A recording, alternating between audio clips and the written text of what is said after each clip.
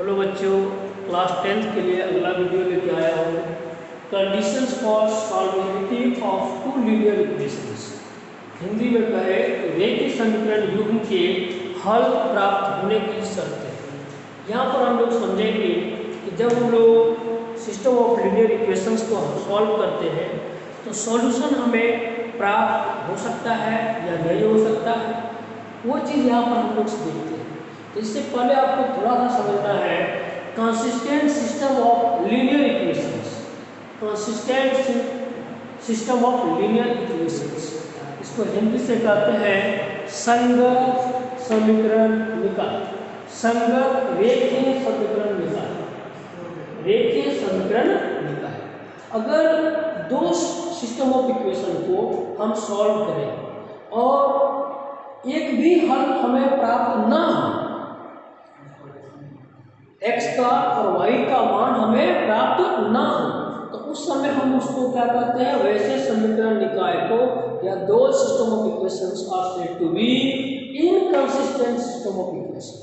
और अगर हम दोनों इक्वेशंस को, दोनों समीकरणों को हल करें और कम से कम एक हल, x का एक मान y का एक मान प्राप्त हो, या x का अनंत मान y का अनंत मान, x का इन्फिनिटी वैल्यू और y का भी इन्फिनिटी वैल्यू हमें प्राप्त हो, तो वैसे स्थिति में हम लोग क्या कहते हैं, समीकरण निकाय का हल प्राप्त है। हम लोग इसको इंग्लिश में कहें तो सिस्टम ऑफ लीनियर इक्वेशंस का सॉल्यूशन एग्जिस्टेंस है। तो जब उसका सॉल्यूशन एग्जिस्ट हो, सॉल्यूशन हमें ऑब्टेन हो, सॉल्यूशन प्राप्त हो, तो वैसे सिस्टम ऑफ लीनियर इक्वेशन को हम लोग कहते हैं कंसिस्टेंट, संगत। और अगर हल करने के बाद, सॉल्व करने के बाद एक भी सॉल्यूशन प्राप्त नहीं हो, तो उस स्थिति में हम लोग कहते हैं इनकंसिस्टेंट सिस्टम ऑफ इक्वेशन और संगत रेखीय समीकरण निकाय। तो इसका थोड़ी सा हम डेफिनेशन लिख देते हैं कि कंसिस्टेंट सिस्टम ऑफ इक्वेशंस किसको कहते हैं। तो यहाँ पर लिखते हैं ये system of equations is said to be consistent if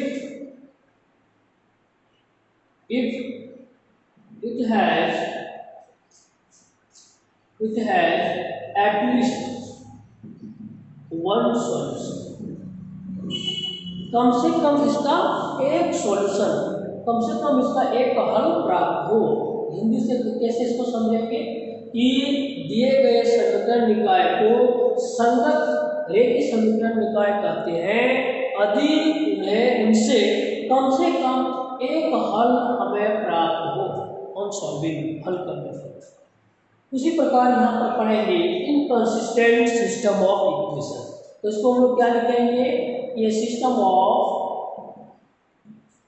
equations is said to be inconsistent if it has no solution। क्या लिखे, no solution at all। मतलब अगर दिए गए रेखीय समीकरण निकाय को हल करें और एक भी हल प्राप्त ना हो, एक भी हल प्राप्त ना हो, तो उस स्थिति में कहते हैं असंगत समीकरण निकाय, इनकंसिस्टेंट सिस्टम ऑफ इक्वेशन। अब हम लोग आगे देखते हैं इसका, अगर हल प्राप्त हो तो हम लोग कैसे इसको हल निकालते हैं, कैसे जांचते हैं, कैसे चेक करते हैं कि हल, उसका सॉल्यूशन प्राप्त एग्जिस्ट हो सकता है या नहीं। तो चलिए यहाँ पर हम लिखते हैं थोड़ा सा, consider the system of linear equations a1x plus b1y plus c1 बराबर 0 and a2x plus b2y plus c2 equal to 0। हम यहाँ पर दो रेखीय समीकरण निकाय लिए हैं, दो रेखीय समीकरण लिए हैं, एक साथ जब उसको कहते हैं तो उसको हम लोग रेखीय समीकरण निकाय, सिस्टम ऑफ लीनियर इक्वेशन बोलते हैं।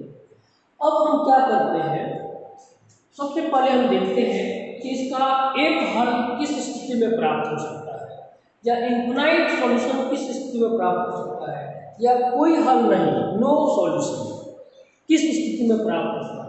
तो सबसे पहले हम यहाँ समझते हैं नंबर 1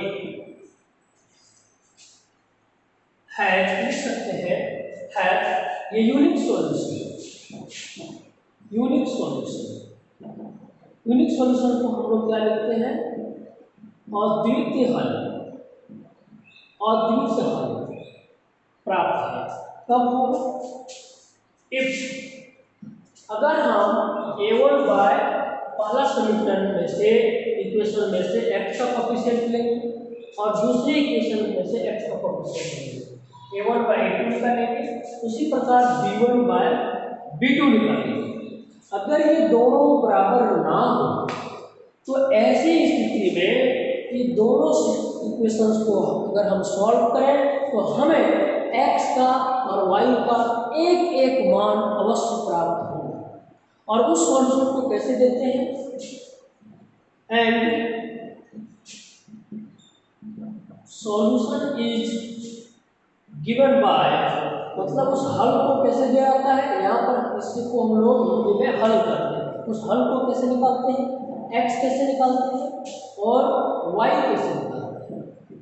तो आप क्रॉस मल्टीप्लिकेशन मेथड आप पढ़ चुके हो, शॉर्ट में आप यहाँ पर लिख सकते हैं ऐसे BC minus BC, AB minus AB, 1 2 2 1 1 2 2 1, इस फॉर्मूला से आप x निकाल सकते हैं।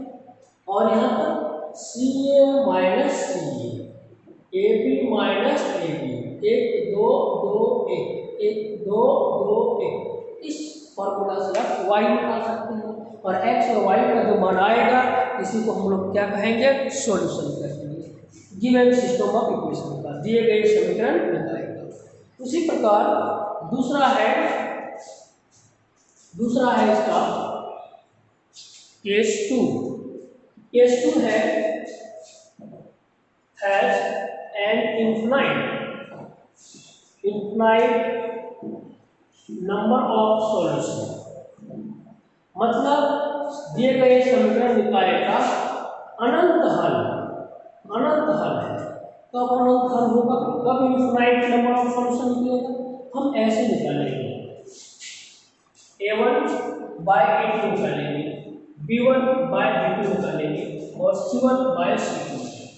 अगर तीनों बराबर आ जाए, A1 बटा A2, B1 बटा B2, C1 बटा C2, तीनों अनुपात, तीनों रेशियो अगर इक्वल आ जाए तो हम क्या समझेंगे कि दोनों समीकरण निकाय को हल करेंगे तो x का भी अनंत मान और y का भी अनंत मान हमें प्राप्त होगा।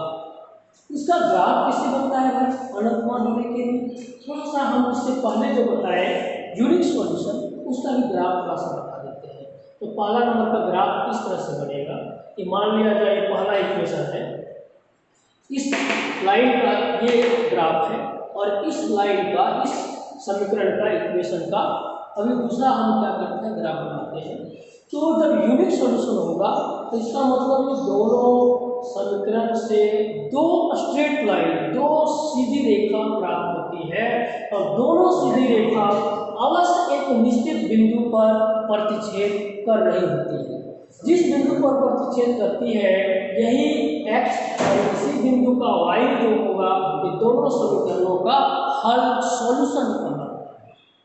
तो मतलब क्या होगा, यूनिक सॉल्यूशन में क्या कैसे ग्राफ बनता है, दोनों स्ट्रेट लाइन एक फाइनाइट पॉइंट पर, सर्टेन पॉइंट पर इंटरसेक्ट करती है and that intersecting point is called solution of two system of linear equation. अब इसका ग्राफ कैसे बनेगा, इसमें तो कितने कॉमन पॉइंट आए हैं, एक, लेकिन इसमें कितने कॉमन पॉइंट आएंगे, इनफाइनाइट, अनंत। कैसे हो सकता है, इसका संभव ऐसा है कि मान लिया जाए ये ग्राफ है फर्स्ट लाइन का, इस इक्वेशन से इस ग्राफ को हम लोग ड्रॉ करते हैं। अब सेकेंड इक्वेशन का ग्राफ सपोज करो ऐसे ड्रॉ करो कि कॉमन पॉइंट हमें कितना प्राप्त होगा, इनफाइनाइट, अनंत। तो कैसे हो सकता है, वह ऐसे संभव है। इसी लाइन पर फिर अगर इस लाइन का ग्राफ अगर बन जाए, कहेंगे कि दोनों लाइन का कॉमन पॉइंट कितने हैं। जब ये और ये, तो ये पॉइंट इसमें है तो इसमें नहीं, ये पॉइंट इसमें है तो इसमें नहीं, लेकिन ये पॉइंट अगर जो हम देख रहे हैं ये पॉइंट ये दोनों में, ये कॉमन पॉइंट को ही हम सॉल्यूशन कहते हैं। तो एक लाइन में अगर दूसरी लाइन उसी पर कोइंसाइड कर जाए, कोइंसिडेंट हम लोग कहते हैं, यहाँ पर कोइंसिडेंट हो गया है, इसको हम लोग कहते हैं यहाँ पर संपाती। एक लाइन पर दूसरे लाइन अगर आ जाए, दो लाइन जब कोइंसिडेंट हो जाए, संपाती हो जाए, तो हम कहते हैं कि कितना कॉमन पॉइंट है, इनफाइनाइट। ये पॉइंट फर्स्ट लाइन में भी है और सेकंड लाइन में भी है, ये भी एक सॉल्यूशन होगा। ये पॉइंट दोनों लाइन में है, यह भी एक सॉल्यूशन होगा। ये पॉइंट भी दोनों में है। इस तरह से बहुत सारे पॉइंट, अनंत पॉइंट्स, बिंदुएं ऐसे हैं जो दोनों के कॉमन है। इसलिए इस टाइप के सॉल्यूशन को, हल को हम कितने हल मानते हैं, अनंत हल कहते हैं। तो अनंत हल दो दिए गए समीकरण निकाय का कब प्राप्त होगा, जब हम ये तीनों अनुपात निकालेंगे और बराबर आ जाए। इसी प्रकार तीसरा केस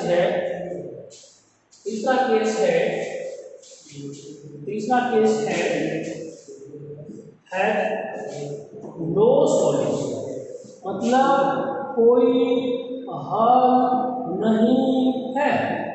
कब हम लोग समझेंगे कोई हल नहीं, दो समीकरण को हल करेंगे और एक भी सॉल्यूशन प्राप्त नहीं होगा। कौन सी स्थिति में? केस ऐसा होगा, इफ हम a1 बटा a2 निकालेंगे, b1 बटा b2 निकालेंगे, c1 बटा c2 निकालेंगे। अगर a1 bye a2 b1 bye b2 बराबर हो जाए और